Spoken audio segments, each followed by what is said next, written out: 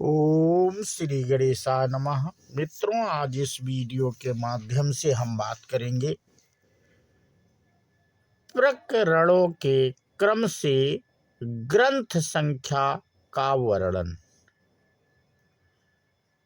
ग्रंथ की प्रशंसा, शांति, ब्रह्मा, दृष्टा और दृश्य का विवेचन, परस्पर सहायक प्रज्ञा और सदाचार का वर्णन। ये कथा मित्रों हम वो योग वशिष्ठ से लिए हैं और उसी कथा को आप लोगों से साझा कर चुके हैं। और ये कथा उस समय की है जब वशिष्ठ जी श्री रामचंद्र जी को शिक्षा दे रहे हैं। तो वशिष्ठ जी कहते हैं, रघुनंदन, जिसका हृदय पूर्वोक्त प्रकार के विवेक से युक्त है, वही इस जगत में महान है और वही ज्ञानोपदेश सुनने का योग्य अधिकारी है।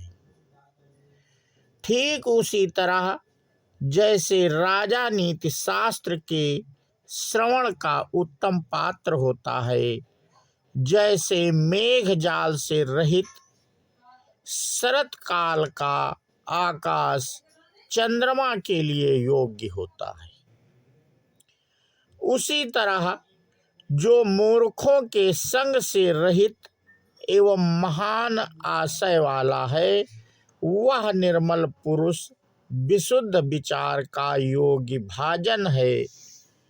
श्री राम, तुम इस समग्र गुण लक्ष्मी से संपन्न हो, अतः मैं आगे किसका वर्णन करूंगा। उस मन के मोह को हरने वाले वयस्कों को सुनो, वाक्यों को सुनो। जिसका पूर्ण रूपी कल्प वृक्ष फलों के भार से अत्यंत झुका हुआ खड़ा है, वही पुरुष मुक्ति प्राप्ति के निमित्त इसे श्रवण करने के लिए उद्योग करता है। अतः उपर्युक्त गुण संपन्न पुरुष ही कल्याण प्राप्ति के लिए पवित्र, उदार तथा पराये को ज्ञान प्रदान करने वाले वचनों के सुनने का अधिकारी होता है। यह संहिता मोक्ष साधन की प्रतिपादिका सारभूत अर्थों से परिपूर्ण और मोक्षदायिनी है। इसमें 32,000 श्लोक बतलाए जाते हैं। जैसे गाढ़ निद्रा के वशीभूत हुए पुरुष सामने दीपक जला दिए जाने पर यद्यपि उसे प्रकाश की कामना रहती हो तो भी प्रकाश होता है, उसी प्रकार इस संहिता के परिशीलन से इच्छा न रहने पर भी निर्वाण की प्राप्ति हो जाती है। यह संहिता स्वयं सम्यक प्रकार से परिशीलन करके जानी गई हो अथवा अन्य द्वारा वर्णन किए जाते समय सुनी गई हो, तो भी पाप ताप की शांति द्वारा सुख की हेतु भूता देव नदी गंगा के समान यह अज्ञान के उपशम द्वारा तुरंत सुख प्रदान करती है। जैसे रस्सी का पूर्ण ज्ञान हो जाने से उसमें उत्पन्न हुई सर्प भ्रांत विनष्ट हो जाती है, उसी तरह इस संहिता के सम्यक परिशीलन से संसार दुख शांत हो जाता है। इस संहिता में पृथक पृथक रचे गए 6 प्रकरण हैं, जो युक्त अर्थ वाले वाक्यों से युक्त और सार दृष्टांतों से भरी हुई युक्तियों से संवित हैं। उनमें पहला प्रकरण वैराग्य है।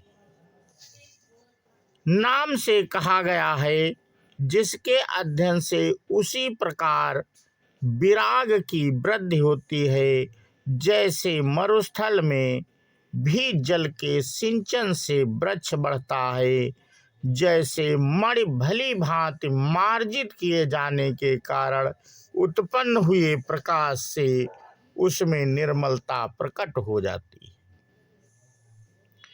उसी तरह 1500 श्लोकों से युक्त इस वैराग्य प्रकरण का विचार करने से विषयों के दोषों का परिज्ञान होने के कारण उत्पन्न हुए विवेक के प्रकाश से हृदय में शुद्धता का उदय हो जाता है।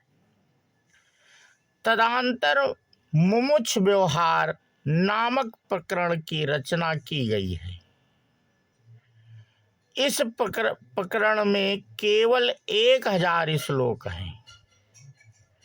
युक्तियों से भरा होने के कारण यह अत्यंत सुंदर है और इसमें मुमुक्ष पुरुषों के स्वभाव का वर्णन किया गया है। इसके बाद तीसरा उत्पत्ति प्रकरण आता है, जो दृष्टांत और आख्यायिकाओं का परिपूर्ण तथा विज्ञान का प्रतिपादक है। उसमें 7000 श्लोक हैं। इस प्रकरण में अहम एवं तुम जिसका स्वरूप है एवं जो वास्तव में उत्पन्न न होकर भी प्रकट हुई सी प्रतीत होती है, दृष्टा और दृश्य के भेद से संवित उस सांसारिक संपत्ति का वर्णन किया गया है। इस प्रकरण के सुनने पर श्रोता इस संपूर्ण जगत को अपने हृदय में ऐसा समझता है कि यह त्वम और अहम के विस्तार से युक्त लोक पर्वत और आकाश से समावित है संकल्पमय नगर के तुल्य क्षणध्वंसी स्वप्न में प्राप्त हुए पदार्थों के समान सत्ता रहित मनोराज्य की तरह विस्तार वाला अर्थ शून्य होने के कारण गंधर्व नगर के सदृश 2 चंद्रमाओं की भ्रांति के समान मृग तृष्णा जल भ्रांति की तरह नौका के चलने से पर्वत आदि के संचलन भ्रम की भांति चंचल और यथार्थ लाभ से रहित है, तथा जैसे सुवर्ण में कंकड़ जल में तरंग और आकाश में नीलिमा असत है। वस्तुतः ये क्रमशः अपने अपने अधिष्ठान के ही अंग हैं। उसी तरह यह जगत असत होकर भी सत रूप से उत्पन्न हुआ है। परमार्थ दृष्टि से तो यह उस विज्ञान रूपी शरत काल के आकाश के समान है, जिसका अज्ञान रूपी कुहरा पूर्ण रूप से शांत हो गया। तत्पश्चात चौथे स्थित प्रकरण की अवतारणा की गई है। इस प्रकरण में 3000 श्लोक हैं और यह व्याख्यान और आख्यायिकाओं से भरा हुआ है। ब्रह्मा ही दृष्टा और दृश्य भाव को स्वीकार करके इस प्रकार जगत रूप एवं अहम रूप से स्थित को प्राप्त हुआ है, ऐसा इस प्रकरण में कहा गया है। इसी तरह यह जगत भ्रम जो 10 दिशाओं के मंडल की विशालता से देदीप्यमान है और चिरकाल से वृद्धि को प्राप्त होता आया है, यह विषय भी उसी प्रकरण में समझाया गया है। तदपरांत उपशांति प्रकरण का कहा गया है। इसमें 5000 श्लोक हैं। यह परम पावन तथा विविध युक्तियों से युक्त होने के कारण अत्यंत सुंदर है। इस प्रकरण में यह जगत है, यह मैं हूँ, यह तुम हो और यह वह है। यों उत्पन्न हुई भ्रांति किस प्रकार पूर्ण रूप से शांत होती है, यह विषय बहुत से श्लोकों द्वारा बतलाया गया। उपशम प्रकरण का श्रवण करने से यह संसार प्रायः शांत हो जाता है, क्योंकि जिसका भ्रांत स्वरूप सम्यक प्रकार से शांत हो गया है, ऐसी ही संस्कृति का संतास मात्र अवशिष्ट रह जाता है। तदंतर निर्वाण नामक छठे प्रकरण का वर्णन किया गया है। उसमें शेष 14,500 श्लोक हैं। यह प्रकरण ज्ञान रूपी महान पुरुषार्थ का देने वाला है। उसे जान लेने पर सारी कल्पनाएं शांत हो जाती हैं और परमात्मा की प्राप्ति रूप परम कल्याण हस्तगत हो जाता है। अधिक क्या, उक्त प्रकरण के ज्ञाता पुरुष के संपूर्ण सांसारिक भ्रम मिट जाते हैं। वह निर्विषय चैतन्य प्रकाश रूप विज्ञान स्वरूप अधिव्याधियों से रहित और आकाश मंडल के समान निर्विकार हो जाता है। उसकी सभी जगत यात्राएं शांत हो जाती हैं और वह कृत्य होने के कारण स्वस्थ हो जाता है। वह प्रकृति एवं प्रकृति के कार्यभूत संपूर्ण विषयों में कर्ता के अभिमान और ग्रहण त्याग की दृष्टि से रहित हो जाता है। इसलिए वह देहधारी होते हुए भी विदेह सा एवं संसारी होने पर भी असंसारी सा प्रतीत होता है।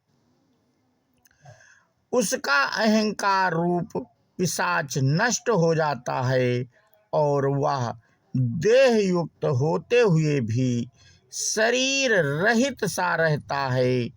चैतन्य घन परमात्मा अपने अंदर कल्पित आकाश में प्रत्येक परमाणु में सहस्रों लोकों की रचना करके उन्हें धारण करता है और स्वयं उन्हें देखता है। तो मित्रों, आज का हम प्रसंग यहीं पे आपको अब समाप्त करते हैं।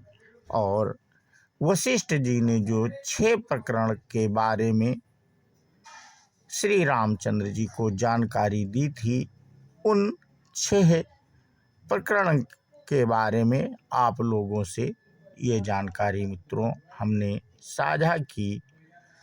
और इसी के साथ आज का कथा हम यहीं पे समाप्त करते हैं। इसके आगे की कथा हम अपने अगले वीडियो के माध्यम से साझा करेंगे। बोलो सियावर रामचंद्र की जय, हनुमान जी की जय। जय हिंद, जय भारत, वंदे मातरम।